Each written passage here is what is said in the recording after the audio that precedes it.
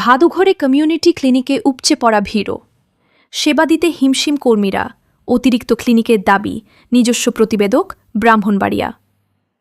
ব্রাহ্মণবাড়িয়া পৌরসভার বৃহত্তর ভাদুঘর এলাকার একমাত্র কমিউনিটি ক্লিনিকের সেবা নিতে এসে চরম ভোগান্তির শিকার হচ্ছেন স্থানীয় বাসিন্দারা।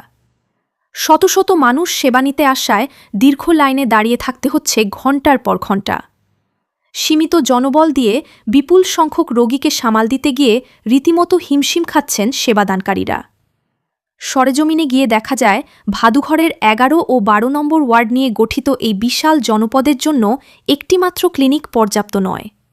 সকাল হতেই দূরদূরান্ত থেকে আসা নারী, শিশু ও বৃদ্ধদের দীর্ঘ লাইন ক্লিনিকের বাইরে ছড়িয়ে পড়ছে। প্রখর রোদে দাঁড়িয়ে অপেক্ষা করতে গিয়ে অনেক সুস্থ মানুষও অসুস্থ বোধ করছেন। স্থানীয়দের অভিযোগ, জনসংখ্যার তুলনায় ক্লিনিকের সক্ষমতা খুবই কম, ফলে কাঙ্ক্ষিত সেবা থেকে অনেকেই বঞ্চিত হচ্ছেন।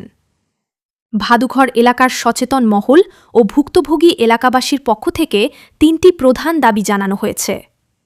নতুন ক্লিনিক স্থাপন, ১১ ও ১২ নম্বর ওয়ার্ডের বিশাল জনসংখ্যার কথা বিবেচনা করে প্রতিটি ওয়ার্ডে একটি করে পৃথক কমিউনিটি ক্লিনিক স্থাপন করা। বিশেষ করে ১১ নম্বর ওয়ার্ডের ভাদুঘর অংশে একটি নতুন ক্লিনিক স্থাপনের দাবি জোরালো হচ্ছে। যদি নতুন ক্লিনিক স্থাপন সম্ভব না হয়, তাহলে বর্তমান ক্লিনিকের সেবাদানকারী কর্মীর সংখ্যা দ্রুত বাড়ানো হোক। বর্তমানে সপ্তাহে নির্দিষ্ট দিনে সেবা দেয়া হলেও উপচে পড়া ভিড় কমাতে অন্তত সপ্তাহে ২ দিন বা তার বেশি পূর্ণদিবস সেবা নিশ্চিত করার দাবি জানিয়েছেন এলাকাবাসী।